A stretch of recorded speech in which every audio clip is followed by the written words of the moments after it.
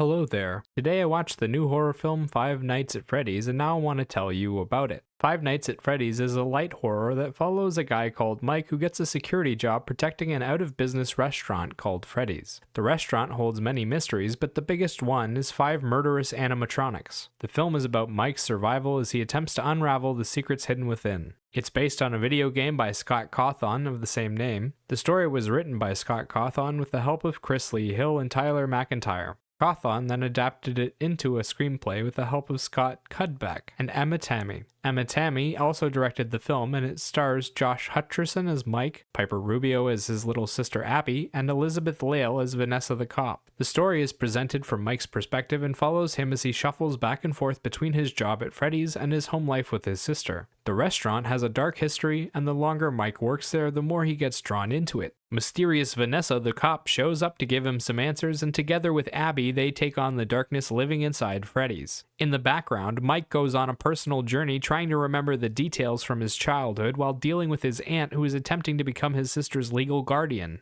Most of the journey is spent following Mike around during his day and watching him react to the situation as it unfolds. The plot moves slowly and throws a lot of mystery at you, but it doesn't offer many answers. The majority of Mike's time is spent in the restaurant. It's a set built to look like an abandoned Chuck E. Cheese. The place is trashed, covered in cobwebs and dirt, and the power only works about half the time. It's got a large arcade section, a dining area, and big stages where the animatronics perform as a rock band. They play a few songs while moving and singing along to the music. The animatronics are broken down creatures that give off a Terminator vibe as they move about the restaurant. When they turn murderous, they start to move as traditional rippers do, disappearing from sight and stalking their victims. Each of the animatronics has its own weapon attached to it and its own modus operandi. The kills are implied, meaning that they show the instruments the animatronics intend to use, and they show it moving toward the victim slowly. The victim usually screams, and then it cuts to black as they transition to a new scene. The music comes in the form of background instrumentals and the occasional original song.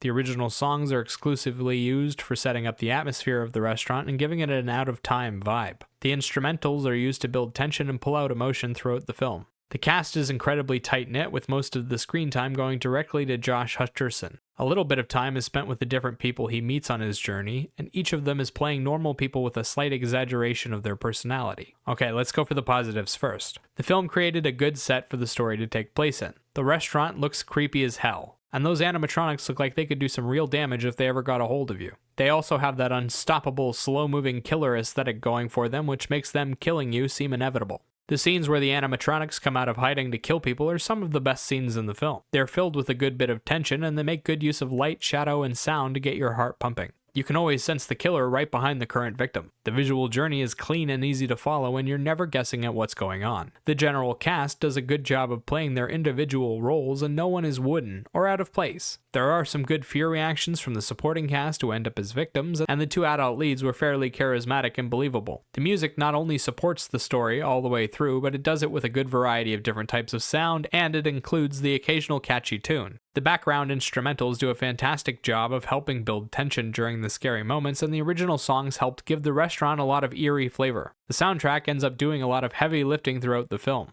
Now that we're through the positives, we should talk about the negatives. The story doesn't really make sense, and there isn't a lot of excitement. Throughout the film, there are all kinds of supernatural elements that go completely unexplained. The animatronics are barely addressed, their backstories are never given in full, and they only vaguely hint at what Vanessa's true history is. Basically, you get to the end of the film and you know what you saw, but you're not quite sure how it all ended up that way. There's also a level of predictability to the events as they unfold. Each kill happens the same way, and the only victims are randoms who the audience doesn't care about. There is also an extremely limited number of kills, and there are big sections of downtime between them. The story should have a satisfying ending, but they didn't set it up properly. They waited too long to introduce the villain, and when they did appear, there wasn't a good explanation of their motives or methods. They don't make much of an impression as the villain either. The visual journey was easy to follow, but it lacked a good balance between downtime and the horror elements. There weren't enough scary scenes, they didn't do enough with them, and they hurt themselves by cutting away so quickly. There are no standout performances. Everyone in the film is playing a cliche or a stereotype, and while they do a good job, none of these characters are memorable. Neither were any of the performances. Hutcherson and the villain get to do the most, but it's extremely limited emotional work that lasts seconds in total. Overall, Five Nights at Freddy's is a bland horror film without much beyond the basics. The writing is fantastical, but doesn't actually have anything creative or exciting in it. It's scary robots killing people, except they don't show the kills.